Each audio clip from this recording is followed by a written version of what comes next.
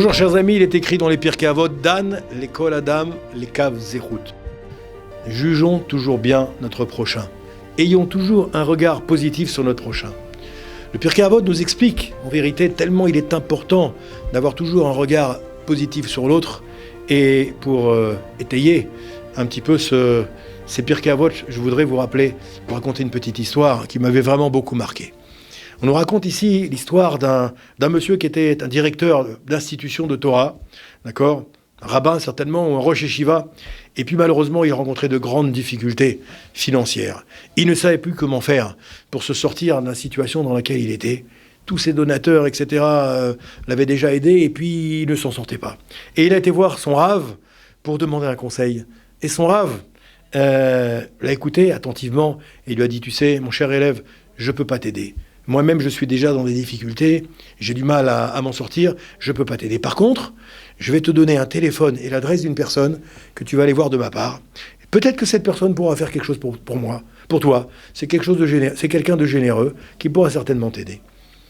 La personne, bien entendu, s'est exécutée et il a pris contact avec le secrétariat de ce monsieur qui a accepté de le recevoir. Ils ont pris rendez-vous. Et il s'est déplacé à la maison de ce Baal Habayit, de ce Baal Chesed, on va l'appeler comme ça. Et il tape à la porte, il est reçu par un secrétaire. Il avait rendez-vous, il s'installe dans la salle d'attente et on attend maintenant le Baal Chesed. Le Baal Chesed arrive, le reçoit très gentiment, lui dit « Venez, je suis heureux de vous recevoir. Baruch haba, soyez le bienvenu. Entrez dans mon bureau. » Il fait rentrer dans son bureau et il lui dit « Expliquez-moi, quelles sont vos institutions ? Quel est l'objet de vos institutions ? Que faites-vous dans vos institutions ?» Et maintenant, le rabbin, que d'expliquer un petit peu ce qu'il faisait dans ces institutions, et le Baal Chesed est intéressé, il lui dit « Ok, je vois que c'est quelque chose de sérieux, je vois que vous êtes un monsieur en qui on peut avoir tout à fait confiance, je vois les références que vous apportez, je sais de qui vous venez, par qui vous êtes envoyé, je vois que vous êtes quelqu'un de sérieux, je vais vous aider. Par contre, si ça ne vous dérange pas, je reviens, je vais aller à mon bureau chercher mon chéquier, et puis je reviens pour vous faire un don. En attendant, si ça ne vous dérange pas, je voudrais vous demander une petite faveur. Je vais vous laisser quelques minutes seul. J'ai ici dans ma bibliothèque, vous voyez, un livre auquel je tiens beaucoup, qui appartenait à un de mes ancêtres, grands-parents ou arrière-grands-parents. C'est un extrait, un livre du Talmud. J'aurais voulu, si c'était possible, que vous puissiez étudier dedans quelques minutes. Moi, j'étudie un petit peu, mais j'ai pas votre niveau. Et ça me ferait plaisir que vous puissiez lire dans ce livre. Ça me donnera du mérite pour moi et pour toute ma famille. Le rabbin est très heureux et très honoré. Il dit, bien entendu, donnez-moi le livre. Je vais étudier dans ce livre le temps que vous allez chercher votre chéquier, que vous reveniez. Et le Baal Chesed va chercher le livre dans la bibliothèque. Il tire le livre, et il ouvre le livre et il le pose devant le rabbin. Le rabbin s'assoit et puis le Baal Chesed s'en va pour chercher le chéquier. Ça prend quelques minutes, 3 minutes, 4 minutes, 5 minutes, je ne sais pas combien de temps exactement. Le Baal Chesed revient, il observe le rabbin qui était en train d'étudier. Il vient, il s'assoit à côté du rabbin. Il avait le chéquier qui était dans la main, prêt à remplir son chèque, prêt à le signer. Et là, il fait quelque chose de surprenant. Il prend le chéquier, il le referme, il le met dans la poche. Bien entendu, le rabbin qui est à côté, surpris, il dit « Mais expliquez-moi, qu'est-ce qui se passe ?» Et le Baal Chesed lui dit « Je suis désolé, mon cher ami, monsieur le rabbin, j'avais prévu de vous faire un don, de vous faire un chèque, mais finalement, je ne vais pas le faire. J'ai changé d'avis. » Et le rabbin, ne pas comprendre, lui dit « Mais expliquez-moi, qu'est-ce qui s'est passé ? En quelques minutes, vous changez d'avis. Pourtant, il ne s'est rien passé de particulier. » Le Baal Chesed lui dit « Écoutez, je suis gêné, je ne peux pas vous expliquer pourquoi je ne vais pas vous faire de chèque finalement. » Le rabbin que d'insister. « Mais dites-moi, c'est important que je comprenne ce qui s'est passé. » « Je suis désolé, n'insistez pas, je pourrais pas vous le dire. » Par contre, le temps passe, je suis obligé de vaquer à mes occupations, je vais vous raccompagner à l'entrée de la maison. Il se lève pour l'accompagner, et à ce moment-là, le rabbin d'insister et lui dire « Écoutez, mon cher ami, je vous demande de me faire une faveur, ne me donnez pas de chèque, ne me payez pas, c'est pas grave, mais ce que je vous demande de m'expliquer, pourquoi maintenant ? Pourquoi vous avez changé d'avis en quelques secondes comme ça ?»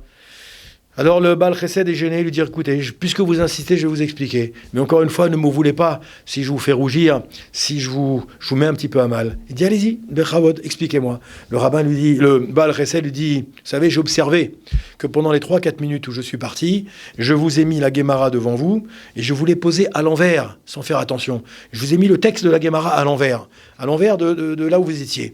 Et puis je me suis rendu compte que 4 ou 5 minutes après, lorsque je suis revenu, la Guémara était toujours à l'envers. Vous ne l'avez pas retournée. Alors je pense qu'en vérité, vous n'êtes pas la personne que vous prétendez être, vous n'êtes pas le rave de cet institut talmudique, et vous n'enseignez pas le Talmud ni la Guémara, et qu'en vérité, en conséquence de quoi, je ne peux pas vous faire de chèque, et je ne peux pas aider votre institution. Le rabbin est gêné, bien entendu, il rougit, etc. Il dit, écoutez, mon cher ami, je suis obligé de vous révéler un petit secret pour que vous compreniez un petit peu pourquoi les choses se sont passées comme ça. En vérité, je viens d'un pays qui s'appelle le Yémen. Dans ce pays, nous étions extrêmement pauvres. Et lorsque j'ai grandi à la yeshiva pendant des années, nous avions un maître et nous avions une Guémara pour tous les élèves de la yeshiva. Et le maître, pour enseigner la Guémara, la seule méthode qu'il avait trouvée, c'était de s'asseoir au milieu, d'accord, et de faire un grand rond, faire former un grand rond avec les élèves, et demander à chaque élève d'écouter, bien entendu, mais de suivre également la Guémara de là où chaque élève se situait. Et la plupart du temps, finalement, pendant des années, j'avais le texte de la Guémara qui était en face de moi et en face du maître, mais qui était à l'envers. Et en vérité, chacun des élèves qui constituait cette classe, nous avons appris à lire la Guémara à l'endroit et à l'envers. Et aujourd'hui, eh bien effectivement, je suis capable, en toute modestie, c'est pour ça que je suis gêné de vous dire ça, je suis capable de lire une Guémara à la fois à l'endroit et à l'envers. D'ailleurs, si vous voulez bien m'accorder 2 petites minutes avant de vous quitter, on va s'asseoir dans votre bureau et on va étudier la Guémara ensemble. Vous allez la lire à l'endroit et moi, je vais la lire à l'envers. Le Baal Chesed s'est assis avec le texte donc face à lui, et le rabbin s'est assis avec le texte dans l'autre sens. Et le rabbin a commencé à enseigner la Guémara et à lire mot à mot. Il a lu la Guémara, il a lu Rashi, il a lu le Tosfot, les commentaires qui sont des 2 côtés de la Guémara, mais il lisait à l'envers à la perfection. Le Baal Chesed a été stupéfait, subjugué, et bien entendu, gêné parce qu'il s'est confondu en excuses. Il a dit, oh là là, je viens de commettre une grave erreur. Vous voyez, j'ai porté un jugement. Je vous ai jugé comme étant un usurpateur d'identité, un falsificateur, un menteur. Mais je viens de me rendre compte que vous dites la vérité. Vous êtes capable de lire la Guémara à l'endroit et à l'envers, et vous êtes très certainement le rabbin que vous prétendez être et le responsable de ces institutions. Il a pris son chéquier, il a rempli le chèque, et nous dit l'histoire qu'il a fait un chèque d'un montant encore plus important que ce qu'il avait prévu initialement. Pourquoi ? Parce que justement, il s'est rendu compte de l'erreur qu'il avait fait de juger toujours hâtivement. Il faut faire très attention à ça, de toujours juger son prochain de manière positive. À très bientôt pour une prochaine histoire.